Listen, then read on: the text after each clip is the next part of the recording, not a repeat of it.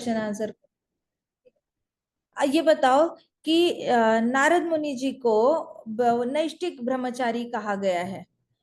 ऐसा क्यों कहा गया है इसमें चैप्टर में? नैष्टिक ब्रह्मचारी का मतलब क्या होता है? माता जी, क्योंकि उन्होंने जब जरा उनके पास शादी का प्रपोजल लेके आई थी, तो उन्होंने अपने ब्रह्मचर्य व्रत का अच्छे से पालन करा। और उन्होंने मतलब एक ही झटके में जो ये थी जरा उसके उसे रिजेक्ट कर दिया। वो तो है, वो तो कोई भी ब्रह्मचारी रिजेक्ट नहीं, सारे ब्रह्मचारी नहीं करते रिजेक्ट, लेकिन तो बट वाई नैष्टिक ब्रह्मचारी? नैष्टिक ब्रह्मचारी का मतलब क्या है? ब्रह्मचारियों का धर्म होता है ज्ञान बांटना। In context with the story, think think think.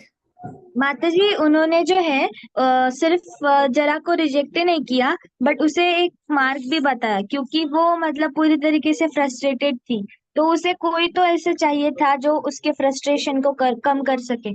तो उन्होंने एज अ शिक्षा गुरु वहां पर उन्होंने एक्ट किया। और उन्होंने जो जरा है, जरा को भेजा इनके पास, यौवन राजा के पास। वो तो ठीक है ना।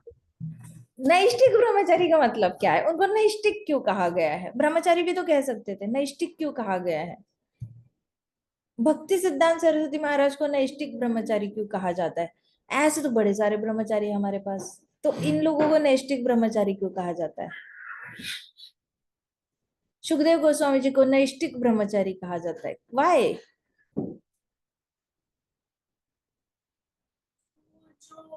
क्योंकि माता जी वो सारे जितने भी लेडीज है उन्हें एज ए माता जी देखते। हाँ, वो लाइफ में कभी भी अट्रैक्ट नहीं होते स्त्रियों से। They have never ever got attracted to any स्त्री, मन से भी नहीं।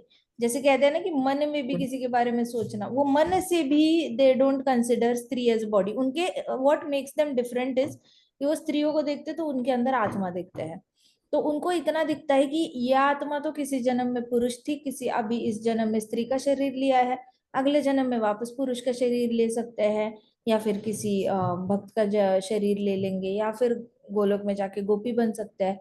सो anything, but they don't look at any soul as a woman body और मैन बॉडी। ऐसा नहीं कि वो सिर्फ विमेन से अट्रैक्ट नहीं होते, वो नॉर्मली किसी भी जीवात्मा से अट्रैक्ट नहीं होते। उनके अंदर ऐसा कोई ये नहीं होता कि ओ मैंने अटैच हो जाना है उनसे, मैंने बहुत आसक्त हो जाना है। इनके अंदर नेचुरल ही वो टेंडेंसी होती है। ब्रह्मचारी को नैष्टिक ब्रह्मचारी इसलिए बोला जाता है बिकॉज उसके पास जल्दी विजन आ जाती है, जल्दी उसके पास आत्म साक्षात्कार हो जाता है कि सभी लोग आत्माएं हैं। सो जब वो देखते हैं ना, it is like looking at sparks in the sky, sparks on the ground. जैसे छोटे छोटे फायर फ्लाइज है, वो अगर उड़ेंगे तो दिखते हैं ना, फायर फ्लाइज उड़ते हुए अंधेरे में दिखते हैं या नहीं दिखते? सो वो लोग देखते हैं तो सबके हृदय में परमात्मा एक एक एक एक ऐसे ऐसे फ्लेम देखते हैं। So they don't look at anybody as a body, ठीक है? और जब आप सबके अंदर परमात्मा देखने लगी जाते हो आपको पता चल जाता है ये आत्मा है, अट्रैक्शन का कोई सवाल ही नहीं उठता, अट्रैक्शन हो ही नहीं सकता, ऐसे होता है, ठीक है? Got it? यस माता जी। Which of are acharya is naishtik brahmachari? आचार्य, हमारे आचार्यों में कौन है नैष्टिक ब्रह्मचारी? माता जी, हरिदास ठाकुर। हाँ, नामाचार्य शिला हरदास ठाकुर। और कौन है वो आचार्य? माता जी, भक्ति सिद्धांत सरस्वती ठाकुर। भक्ति सिद्धांत सरस्वती महाराज, हाँ हाँ, वही वही, right right right right, Prabhupada ji के गुरु भक्ति सिद्धांत सरस्वती महाराज। जय हरि बोल, हरि बोल, हरि बोल, वेरी नाइस। आपको याद आए भक्ति सिद्धांत सरस्वती महाराज, कितनी अच्छी बात है। अच्छा ये बताइए कि जरा ने नारद मुनि जी को श्राप क्यों दिया, और उसका श्राप क्या था? उसका श्राप, माता जी, नारद मुनि ने जो है जब जरा ने रिक्वेस्ट दी थी, प्रपोजल दिया था शादी के लिए, तो नारद मुनि ने उसे जो है मना कर दिया था, रिजेक्ट कर दिया था। और उस वक्त गुस्से से जरा ने ये श्राप दे दिया नारद मुनि को कि तुम जो है, तुम्हें ज्यादा अपने आप का अहंकार है, तुम्हें अपने ब्रह्मचार्य का अहंकार है। तो तुम जो है कभी भी एक जगह पर 5 मिनट से ज्यादा नहीं रुक पाओगे। तो मतलब किसी एक जगह पर ज्यादा देर नहीं रुक पाओगे, बार बार सही आप बात है, प्लेसेस चेंज घूमते करोगे। रहोगे, हाँ सही बात है, घूमते रहोगे। हाँ, नारद मुनि जो ये जो महाराज नारद मुनि जी, नारद मुनि जी है वो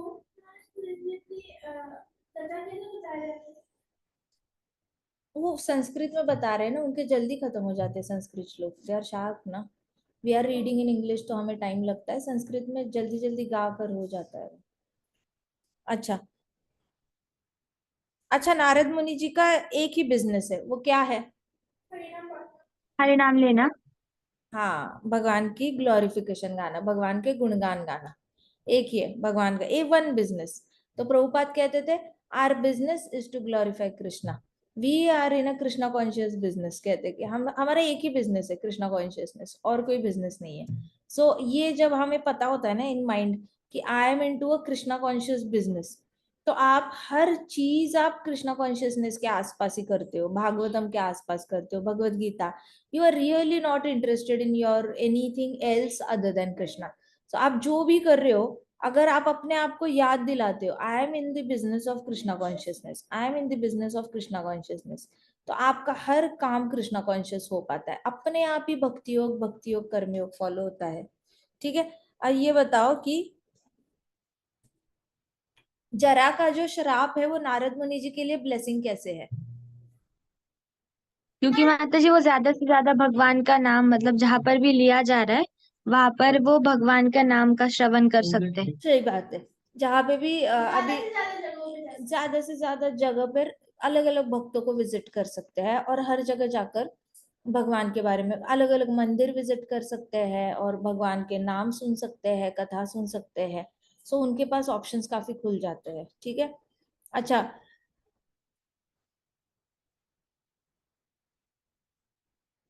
हाँ, तो जरा का सबसे बड़ा प्रॉब्लम क्या है?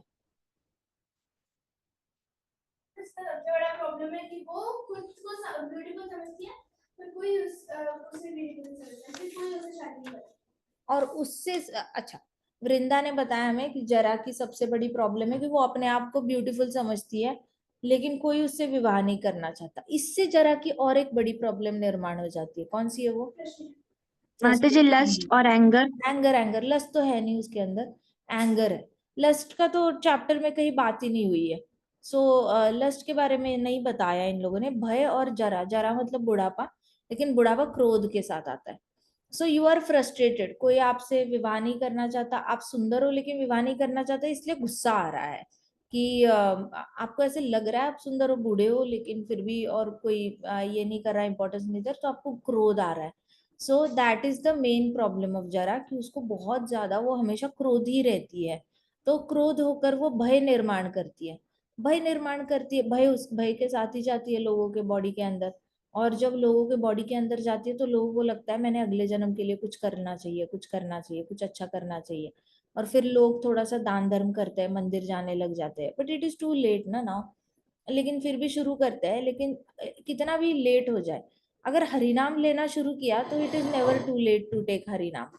इवन इफ आप एंड में शुरू करते हो हरिनाम, तो भी 100% चांसेस होते हैं आप जा सकते हो वैकुंठ। देखो देवती माता, देवती माता ने कृष्णा कॉन्शियसनेस काफी लेट शुरू करी, लेकिन लॉर्ड कपिला ने उनको गाइड किया था तब, but still she could manage to go back to God head.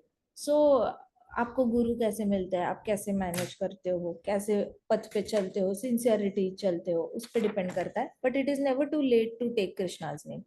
ठीक है,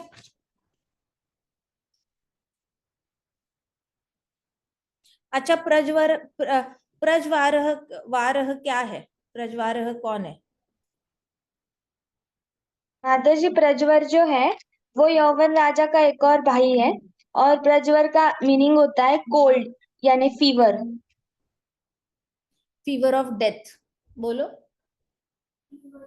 फीवर ऑफ डेथ। एक तो पूरी लाइफ हमें फीवर आते रहते हैं, वायरल के फीवर आते हैं ना, पैरासीटामोल खा के चला जाता है फीवर, वो सिर्फ ज्वर हुआ। ओके, पूरी लाइफ जो बच्चा जन्मता है उसके बाद भी बुखार होता है, बीसीजी का इंजेक्शन लगेगा बुखार होगा, हेपेटाइटिस का लगेगा बुखार आएगा, कुछ ना कुछ वैक्सीनेशन के बाद जब बुखार आते हैं, वो अलग बुखार है, वायरल वाले अलग बुखार है। लेकिन प्रज्वर वो होता है जिसको कहा जाता है फीवर ऑफ डेथ। वो बुखार आता है तो आपको लेकर ही चला जाता है। तो प्रज्वर वो बुखार है जो ऊपर उठा के ले जाने के लिए आता है, इसलिए महाराज कहते थे कि देखो कितने भी बुखार आ जाए आपको मेडिसिन लेने की जरूरत नहीं, क्योंकि अगर ज्वर आया है तो वो जाने के लिए आया है, लेकिन प्रज्वर आया है तो वो ऊपर उठा के ले जाने के लिए आया है। तो जो ज्वर आया है वो जाने ही वाला है, तो मेडिसिन से क्या ही अपने शरीर को तंग करना। और प्रज्वर आया है वो ऊपर उठा के ले जाने के लिए आया है, तो मेडिसिन फिर भी खा के फायदा नहीं, क्योंकि प्रज्वर तो ने आपको उठा के लेके ही जाना है, तो वैसे भी मेडिसिन आपको बचा नहीं सकती। महाराज कहते थे मेडिसिन जितना हो सकता है अवॉइड किया करो, शरीर में ज्यादा मेडिसिन नहीं खानी चाहिए। महाराज कहते थे जब आप बहुत ज्यादा मेडिसिन खाने लगते हो तो होता क्या है, एक टाइम आता है जहाँ पे खाने की जगह आप सिर्फ मेडिसिन खा रहे होते हो, और मेडिसिन जितनी क्वांटिटी में खाना चाहिए उतनी क्वांटिटी में खाना खा रहे होते हो।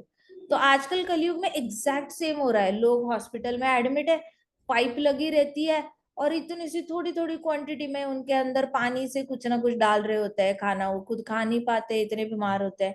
सो कभी सलाइन चढ़ी हुई है, कभी मुंह में पाइपें डाली हुई है पेट तक।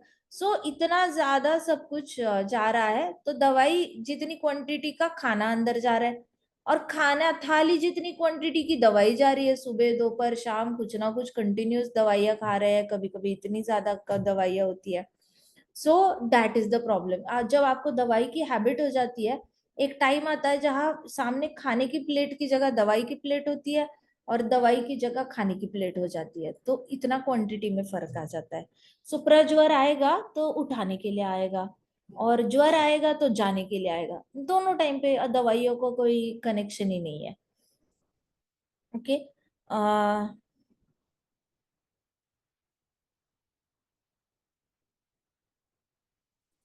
हम्म ठीक है, आज हम नई कथा शुरू करते हैं। Puranjan becomes a woman in next life, 28th chapter है, ठीक है। नमो विष्णु पदाय कृष्ण पृष्ठाय भूतले श्रीमते भक्ति वेदांत स्वामिनिति नामिने, नमस्ते सारस्वते देवे गौरवाणी प्रचारिणे, निर्विशेष शून्यवादी पाश्चात्य देशतारिणे।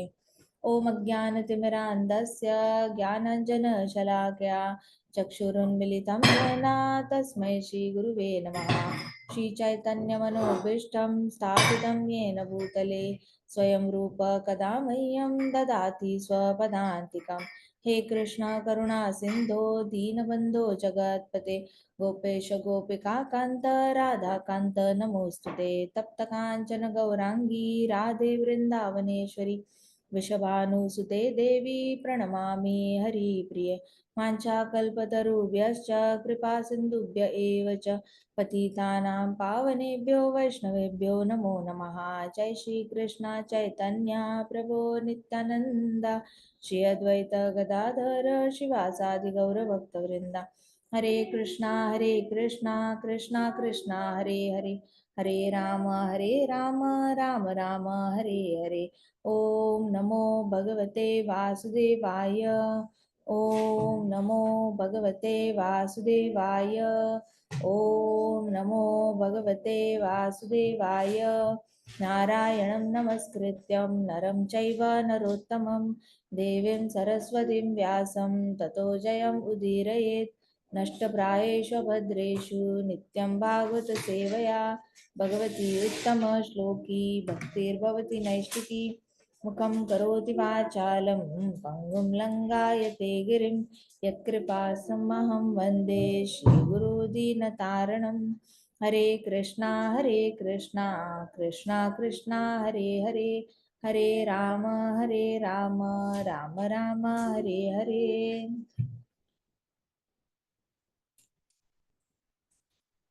तो आज हम पढ़ रहे हैं 28th chapter, 4th canto 28th chapter, King Puranjana becomes a woman in next life.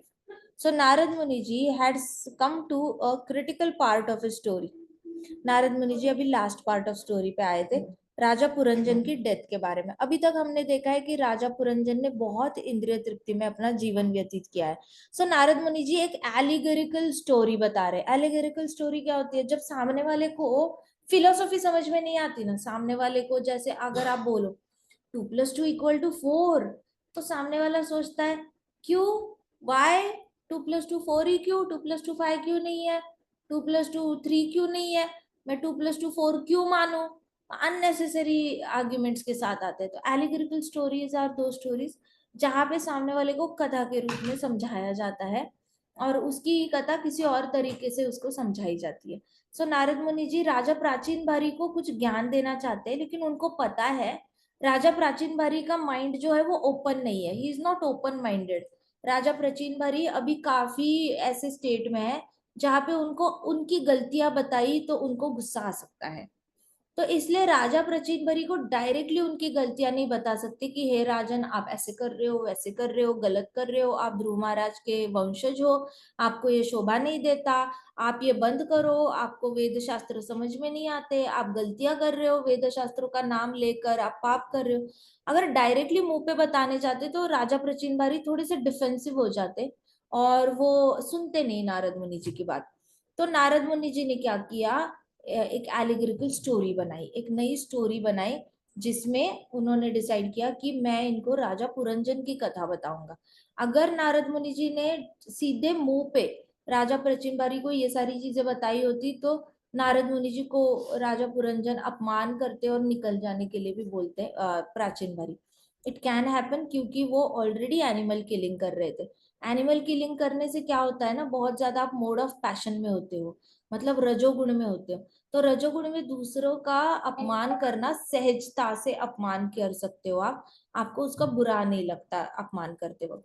सो देखा जाए तो राजा जो ये है प्राचीन बारी है, उसको अच्छे से समझ में आए कॉन्सेप्ट, इसलिए नारद मुनि जी ने राजा पुरंजन की कथा शुरू की।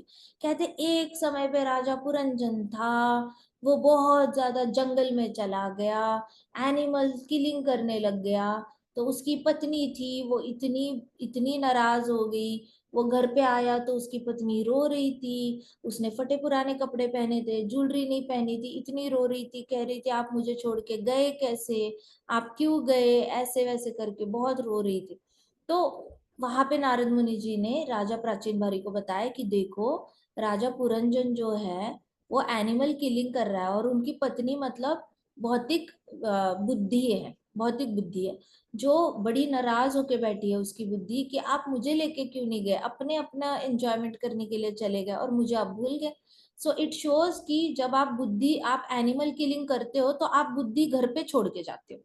बेसिकली हम कहते हैं ना कि तुम अपना दिमाग क्या गराज में छोड़ के गया था, तुमने अपना दिमाग क्या भैंस को घास चराने के लिए दिया है। कुछ लोग कहते हैं ना कि तुम्हारे दिमाग में कुछ आलू टमाटर भरे हुए हैं, क्या वो आलू टमाटर की सब्जी पक रही है, तुम्हें समझ नहीं आती इतनी छोटी बात। तो वैसे वाला जो कॉन्सेप्ट है राजा पुरंजन की कथा में दिखता है, जहां उसकी पत्नी उससे नाराज हो जाती है और बोलती है तुम मुझे छोड़ के कैसे चले गए।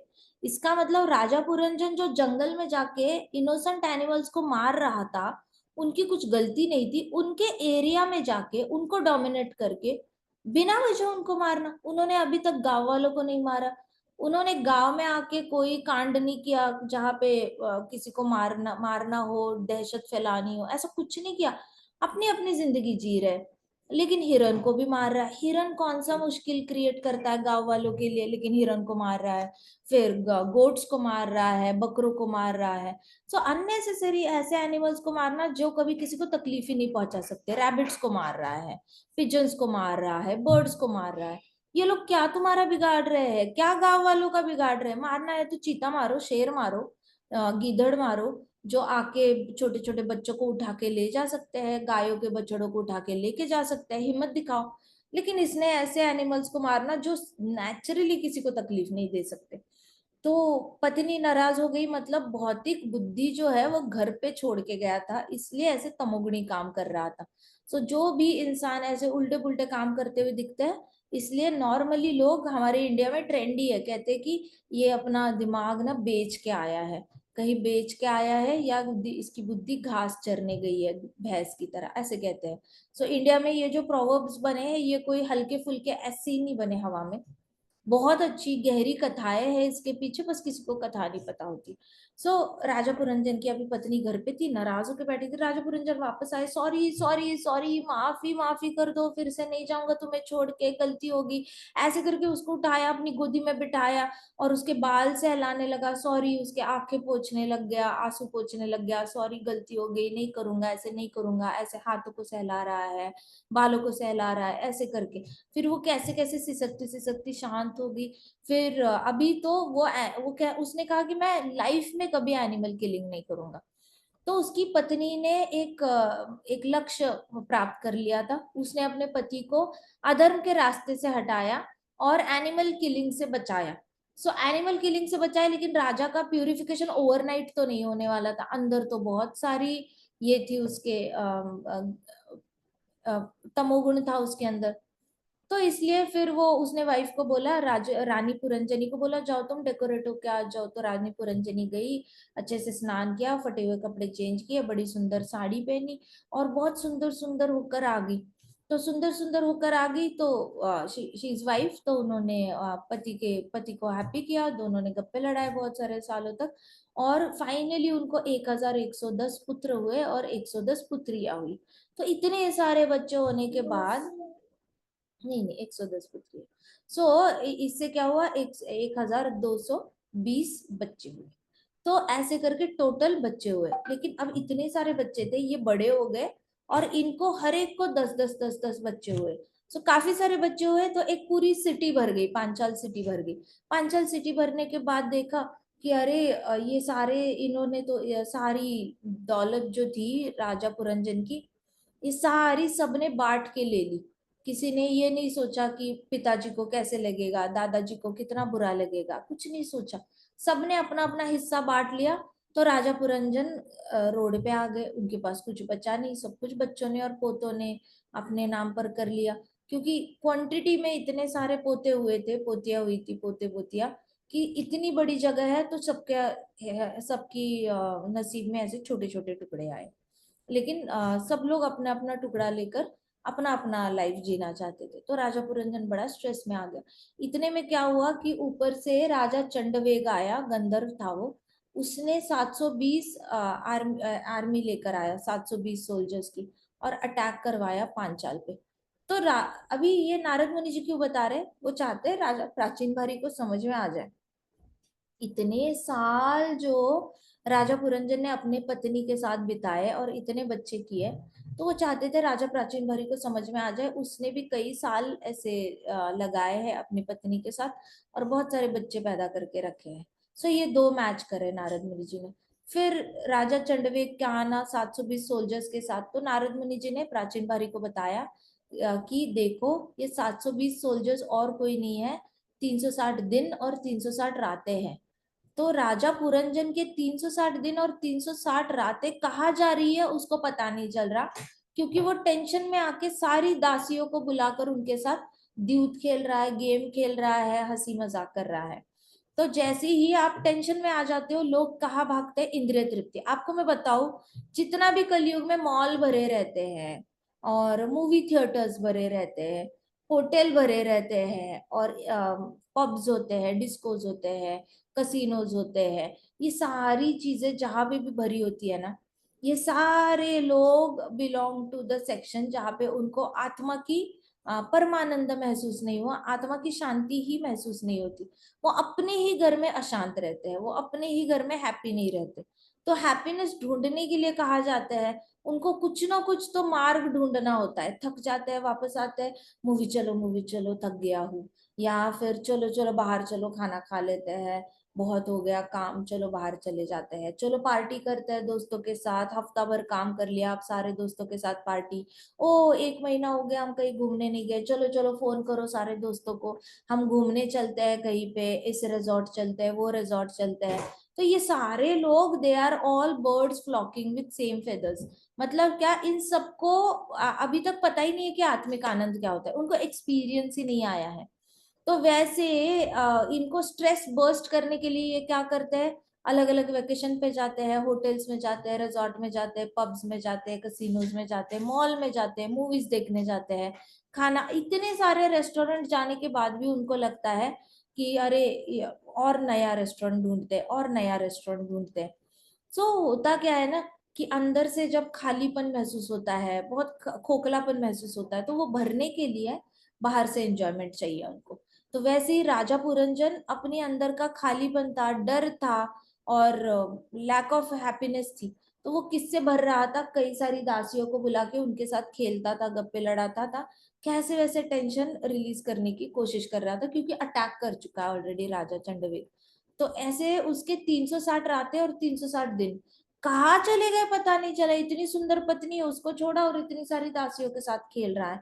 तो लॉयल्टी तो पत्नी के साथ भी नहीं है। तो इंद्रिय तृप्ति वाला, जिसके अंदर बहुत इंद्रिय तृप्ति की इच्छा है ना, वो कभी अपनी एक पत्नी से हैप्पी नहीं हो सकता, ना ही वो पत्नी एक पति से हैप्पी हो सकती है। वो कभी थोड़ी थोड़ी चीजों से हैप्पी नहीं हो सकते, उनको बार बार ज्यादा चीजें चाहिए होती है। ये वाला हो गया राजा पुरंजन का। तो नारद मुनि जी ने ये राजा प्राचीन बारी को इसलिए बताया क्योंकि राजा प्राचीन बारी के भी बहुत सारे बच्चे थे, और राजा प्राचीन बारी यज्ञ करे जा रहे थे। क्यों? क्योंकि उनको आसपास के राजाओं का सपोर्ट चाहिए बिना लड़ाई करे।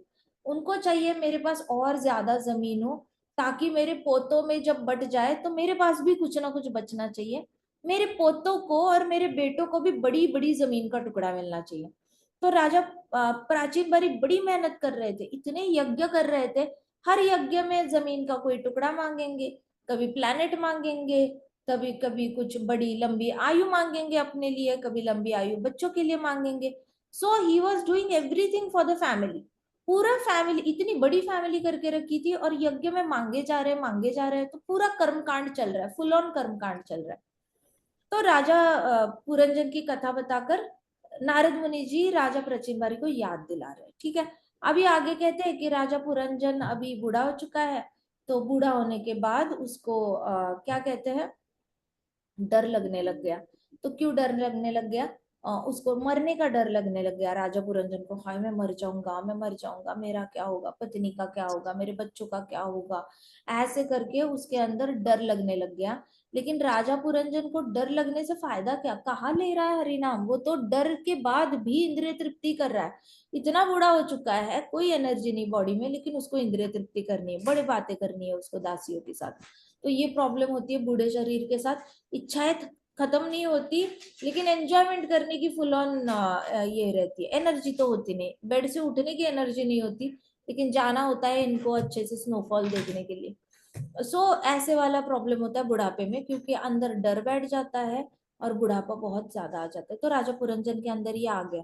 ये बताकर नारद मुनि जी राजा प्राचीन बारी को बता रहे, देख तू आज थोड़ा सा यंग है तो तेरे को समझ में नहीं आ रहा, लेकिन तेरे ऊपर भी बुढ़ापा आने वाला है, और जिस दिन बुढ़ापा आएगा तब तुझे ज्यादा तकलीफें होगी, क्योंकि आज अगर तू चाहता है पाव भाजी खाना तो तू खा भी सकता है, इतना बूढ़ा होने के बाद तेरे को पाव भाजी का पाव भी डाइजेस्ट नहीं होगा, तू खा ही नहीं पाएगा, तेरे अंदर सारे पाइपें लगी होंगी, तो तू नहीं खा पाएगा। तो आज से ही तू पाव भाजी के साथ तेरे को अनासक्ति आ जानी चाहिए, एंड तक तू पाव भाजी के साथ अटैचमेंट नहीं रख सकता। तो ऐसे करके एलिगोरी के लिए उसको समझा रहे थे कि राजा पुरंजन के अंदर की इच्छाएं बहुत सारी थी, वो पूरी नहीं कर पा रहे थे। तो प्राचीन बारी तेरा भी यही हालत होने वाली है, तेरे पास कुछ पैसा नहीं बचेगा, तेरे बच्चे, तेरे पोती पोता, सब लोग तेरा पैसा और तेरी जितनी भी कमाई है, तेरी जमीनें हैं, सब बांट लेंगे, तेरे पास कुछ नहीं बचेगा। और इतना नहीं बचेगा, उसके बाद तू डरने वाला है बहुत, क्योंकि जरा और यौवन राजा भय तेरे बॉडी के अंदर घुसेंगे, क्योंकि पूरी लाइफ तूने सिर्फ कर्म कांड ही किया है, कर्म भक्ति नहीं करी, कोई भक्ति नहीं करी है, तूने सिर्फ कर्म कांड किया है। तो तेरे साथ ऐसे ही होने वाला है, सारा कमाया कराया सब बटने वाला है बच्चों में, और फिर तू क्या करने वाला है, तू डरते डरते मरने वाला है, मतलब तेरे अंदर बहुत डर आने वाला है बुढ़ापे से, और तेरी मृत्यु होने वाली है। राजा प्रचिन बारी को अभी सारा भविष्य सामने दिख रहा था कि एग्जैक्टली उसने जो जिंदगी जी है वो गलत जी है। फर्स्ट ऑफ ऑल उसको रियलाइजेशन आया कि मैंने बहुत सारी गलतियां की है, मैंने ऐसी जिंदगी नहीं जीनी चाहिए थी, तो वो रियलाइजेशन आ गया। आगे का भी उसको पता चला कि उसके साथ होने क्या वाला है, वो डरने वाला है, डर डर के मरने वाला है वो। ठीक है, फिर Narad Muni came to a critical part, Puranjan की डेथ। तो उन्होंने बताया अब प्राचीन बारी का टाइम आ गया है पता करने का कि मृत्यु कैसे होती है इंद्रिय तृप्ति करने वाले लोगों की, जो लोग बहुत एंजॉयमेंट करते हैं, लेकिन परमानंद को अंडर एस्टिमेट करते हैं। परमानंद मतलब ब्लिस, इसको अंडर एस्टिमेट करते हैं, तो उनकी मृत्यु कैसे होती है, इसकी एक्साइटमेंट जो थी, क्यूरियोसिटी जो थी, वो राजा प्राचीन भारी के अंदर थी। तो नारद मुनि जी ने सोचा कि राजा प्राचीन भारी अब समझ में आ जाएंगे कि ये कथा उनके लिए ही है, उनके लिए ही बनाई गई है। मतलब ये कथा ऑन द स्पॉट बनाई थी नारद मुनि जी ने, ये कोई ट्रू स्टोरी नहीं है राजा पुरंजन की।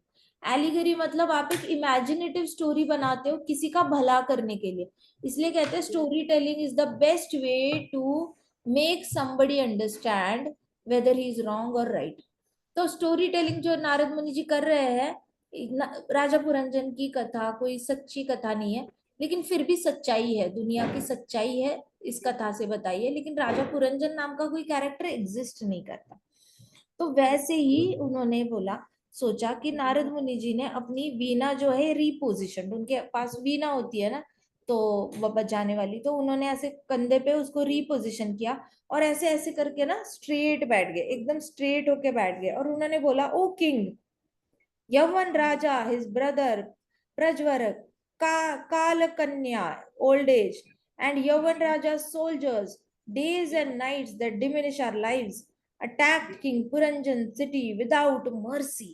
तो राजा पुरंजन के पूरे किंगडम पे, राज्य पे किस किसने अटैक किया? प्रज्वर ने, फीवर ऑफ डेथ ने, मृत्यु का बुखार, उसने अटैक किया। यवन राजा भय, उसने अटैक किया। काल कन्या मतलब काल शक्ति, जो रेड रेड साड़ी वाली हमने डिस्कस की थी, उसने अटैक किया काल शक्ति। फिर जरा ने अटैक किया। जरा के बाद यवन राजा की जो पूरी आर्मी थी 720 सोल्जर्स की, जिसमें से 360 रातें थी और 360 दिन थे, ये सब ने मिलके अटैक किया। सॉरी, कालकन्या मतलब काल शक्ति की बेटी कालकन्या, जरा भी कहते हैं उसको, ठीक है। जरा का सेकंड नेम है कालकन्या, और काल शक्ति मतलब उसकी मदर है। तो ये सब लोग घिर चुके थे उसके किंगडम के आसपास, ऐसे काल शक्ति उड़ रही है, काल कन्या भी उड़ रही है, भय भी ऐसे ऐसे ऐसे उड़ रहा है। सो और 720 सोल्जर्स ऐसे सारे ऊपर से उड़ रहे हैं। तो सोचो इतना खतरनाक होता है कर्मकांड, कर्मकांड करते हो ना, तो ये सारे खराब खराब दिखने वाले ना इकट्ठे आसपास ऐसे घूमने लगते हैं। इसलिए भौतिकवादी जब मरता है ना, उसके चेहरे के एक्सप्रेशंस देना, वो इतना रो रहा होता है, रो रहा होता है, उसकी सांसें फूल रही होती है, उसके गले से आवाज नहीं निकल रही होती है, चोक हो रहा होता है उसका गला, वो बोल नहीं पाता, और अचानक शॉक से वो अपने शरीर से प्राणवायु मुंह से निकल जाता है। उसको इतना शॉक लगा होता है इतने ऐसे खतरनाक लोग देखकर। एक तो हमें पहले से ही पता है काल शक्ति कैसे दिखती है, तो हमारे सामने काल शक्ति आएगी तो हम डरेंगे नहीं, हमें पता होगा काल शक्ति आई है, अच्छा। ओ ये बुढ़ी औरत कौन है? जरा काला कन्या आई है, अच्छा। ओ यवन राजा भय, आप भी आ गए, दंडवत प्रणाम, हरे कृष्णा।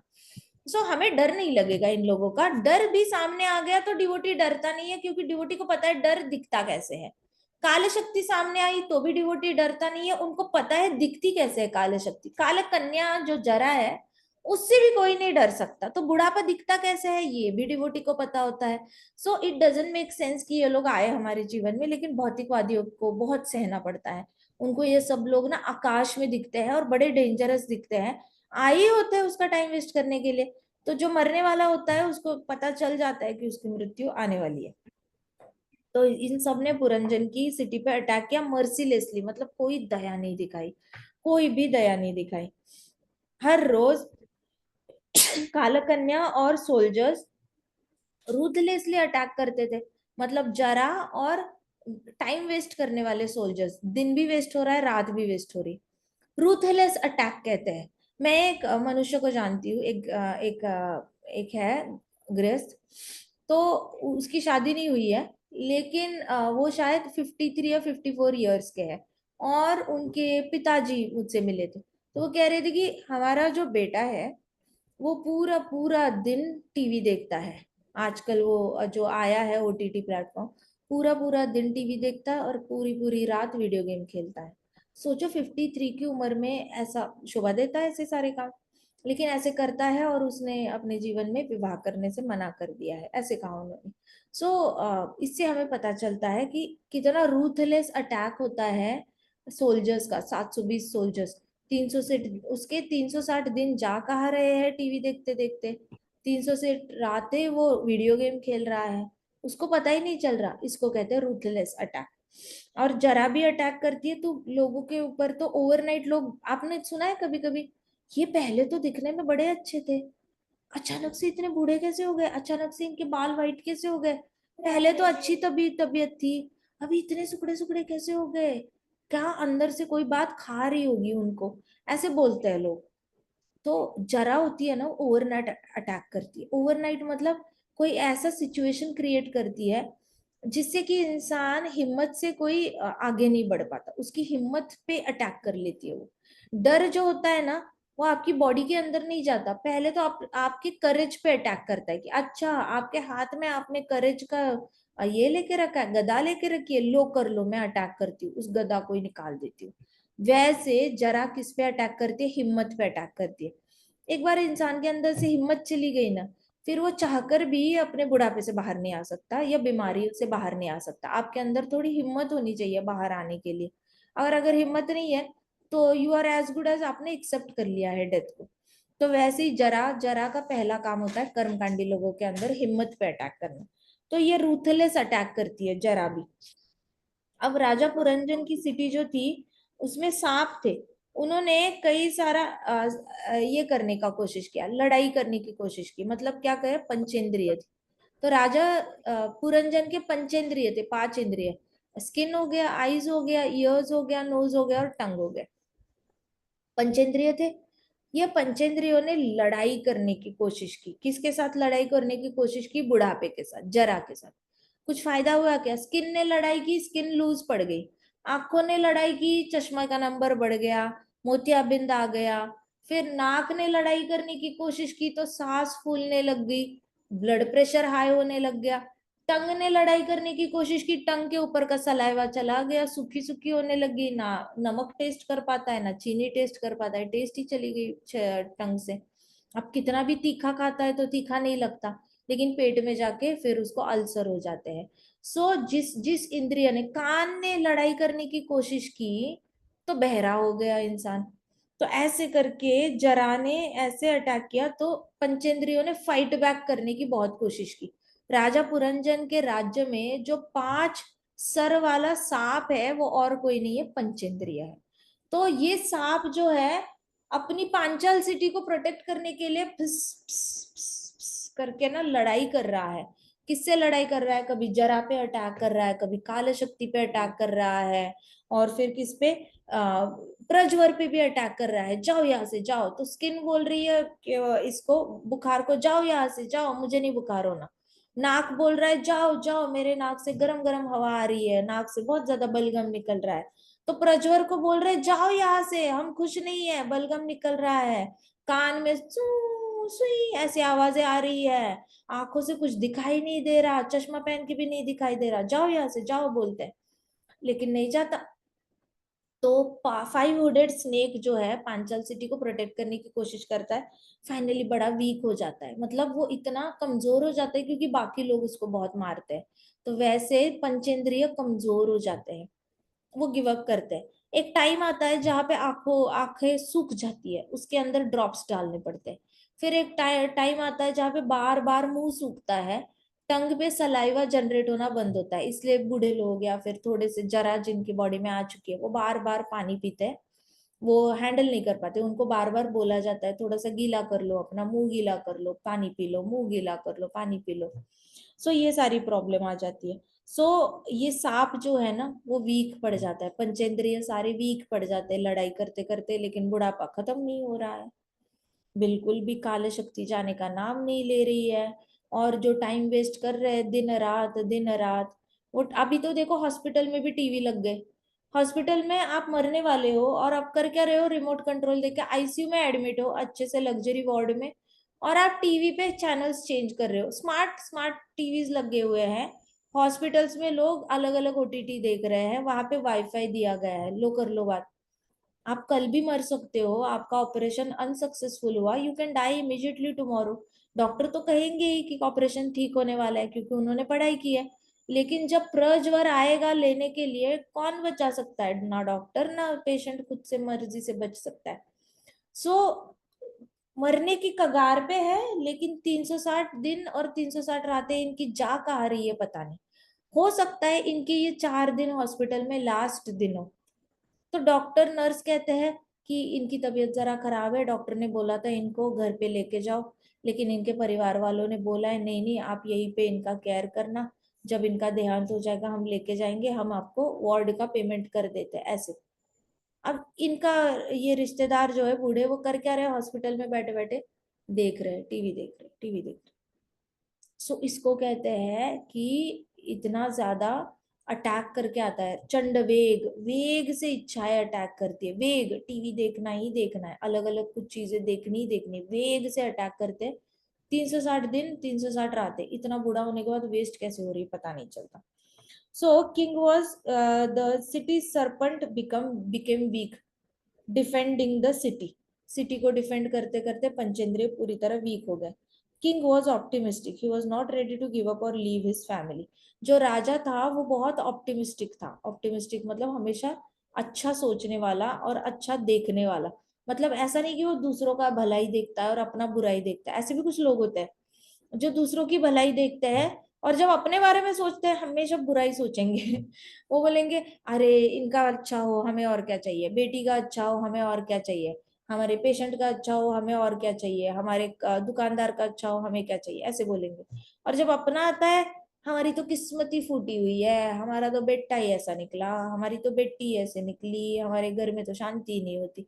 सो दूसरों के लिए भला देखते हैं, अपने लिए हमेशा बुरा देखते हैं। लेकिन यहाँ पे जो राजा है पुरंजन, वो इतना ज्यादा पॉजिटिव था कि वो अपना फैमिली छोड़ना ही नहीं चाहता था, उसको अपनी फैमिली अच्छी लग रही थी और उसको अपना महल अच्छा लग रहा था। तो राजा पुरंजन जिस महल में रह रहा था उससे उसको आसक्ति हो गई थी। इसको कहते हैं गृहस्थी, हस्ती। आपको पकड़ के बैठते हो, धृतराष्ट्र होता है ना, तैसे धृतग्रही होता है जो घर को पकड़ के बैठते हैं। उनको बहुत घमंड होता है अपने घर पे। उनको ऐसे लगता है हमने इतना बड़ा घर बांधा है, अगर हमने इसका भोग नहीं किया तो हमारे पैसे वेस्ट हो जाएंगे, इसलिए ये घर ही नहीं छोड़ते, बिल्कुल ही नहीं छोड़ते। इनको कोई कहे ना कि आप क्या परमानेंटली अपना घर छोड़ सकते हो, तो कहेंगे फिर हमने बांधा क्यों। तो पुराने जमाने में बाबा जी थे, वैष्णव बाबा जी, वो कहते थे कच्चा घर रखो पक्का घर मत रखो। कच्चा घर रखने से क्या होता है ना, बाहर जाने की इच्छा होती है। पक्का घर रखने से आपको घर छोड़ने का मन ही नहीं करता। और घर छोड़ने का मन ना करना मतलब वानप्रस्थ आश्रम को नो बोलना। दैट इज अगेन एंटी शास्त्र। इसलिए कहते थे रूप गोस्वामी जी कच्चा घर बनाओ पक्का मत बनाओ। जब सनातन गोस्वामी जी आए थे उनको बोला कच्चा घर बनाओ पक्का मत बनाओ। फिर रघुनाथ दास गोस्वामी जी आए, उनको बोला कच्चा बनाओ पक्का मत बनाओ। तो सारे आचार्यों ने ये पूरा फॉलो किया है। फिर कहाँ तक आया, हमारे गौर किशोर दास बाबा जी थे, भक्ति सिद्धांत सरस्वती महाराज, हर जगह कच्चा बनाओ पक्का मत बनाओ। हमारे महाराज थे, महाराज ने द्वारका में मंदिर बनाया और जिस दिन उस मंदिर का उद्घाटन हुआ था उसी दिन रात को वो डिसाइपल्स को बोले चलो हम निकलते हैं यहाँ से। तो डिसाइपल्स लाइक आज ही मंदिर का पूरा प्रोग्राम हुआ है, रुक जाते हैं ना, 2-3 दिन थोड़े रहेंगे यहाँ पे, आराम करेंगे फिर जाएंगे। कहते नहीं नहीं नहीं, दूसरा मंदिर बांधना है, चलो निकलो यहाँ से। सो कच्चा घर, कच्चा घर का मतलब होता है घर से निकल जाना होता है। उस घर में चिपकली की तरह चिपकना नहीं है। आपके घर में जो चिपकली है ना वो भी समझती है ये घर मेरा है। कॉकरोच भी हक से रह रहा है सोच के कि ये घर मेरा है। कोई रेंट नहीं भर रहा, कोई लाइट बिल नहीं भर रहा, आपका पड़ा हुआ खाना ही खा रहा है, लेकिन पूरे हक से इतना उसका विश्वास है ना कृष्णा पे, चिपकली का और कॉकरोच का, कि ये बड़ा घर पूरा मेरा है। इतने कॉन्फिडेंस से रहते हैं और हम लोग बिल भरते रहते हैं। सो महाराज कहते थे कि कच्चा, ये हमारे आचार्य कहते कच्चे घर में रहना चाहिए, पक्के घर में नहीं रहना चाहिए, बाहर निकलने का मन करना चाहिए, वहां से छोड़ने का मन करना चाहिए। अब राजा पुरंजन था, वो अपना घर छोड़ने को तैयार नहीं था। बड़ी मेहनत से बड़ा महल बांधा था और उसकी दासियों से बड़ी अटैचमेंट थी, पत्नी से भी थी, फैमिली से भी थी। तो वो रेडी नहीं था गिव अप करने के लिए। लेकिन उसके इंद्रिय उसको तंग कर रहे थे और बुढ़ापा उसको तंग कर रहा था, बॉडी फंक्शन नहीं कर रही थी बेसिकली। वो इतना टेंशन में आ गया, उसने सोचा ओ हो मेरे जाने के बाद मेरी पत्नी, मेरे बच्चों को, मेरे पोतों को कौन देखेगा। भाई तू लेटा हुआ है, वैसे भी तू कुछ कर नहीं सकता, तेरे होने ना होने से कोई फर्क ही नहीं पड़ रहा, फिर भी तू चिंता कर रहा है परिवार की। ये होती है इल्यूजन, इसको कहते हैं माया की पट्टी। लेटे लेटे भी लगता है मेरे हाथ में बड़ी पावर है। तो और वैसे राजा पुरंजन को लग रहा था कि मेरे जाने के बाद इनका ख्याल कौन रखेगा। बट आपके तो खुद के ही पंचेंद्रिय फेल हो चुके हैं, ना कान से सुनाई दे रहा है, ना नाक से सूंघना आ रहा है, ना आंखें चल रही है, ना टंग चल रही है, ना स्किन पे झुर्रियां आ चुकी है, लूज हो चुकी है। ऐसी कंडीशन में आपको लगता है कि आप अपने बेटों को और पोतों को कुछ वैल्यू एड ऑन कर पाओगे? क्या क्या वैल्यू क्या दोगे आप? So who would look after them? मेरे बेटे हैं, मेरे पोते हैं, मेरे नौकर चाकर है, मेरे नीचे इतने सारे मिनिस्टर्स है, सेनापति है, उनको सबका ख्याल क्या कौन ख्याल रखेगा? तो ऐसे करके उसको टेंशन हो गई। आगे की कथा हम कल करेंगे। ग्रंथराज श्रीमद् भागवतम की जय, शिल प्रभुपाद की जय, श्री श्री राधा श्याम सुंदर की जय, श्री श्री कृष्ण बलराम की जय, वृंदावन धाम की जय, समस्त भक्त वृंद की जय। हरे कृष्णा कृष्णा कृष्णा हरे हरे, हरे राम राम राम हरे हरे। हरे कृष्णा महासंकीर्तन यज्ञ की जय। Any questions?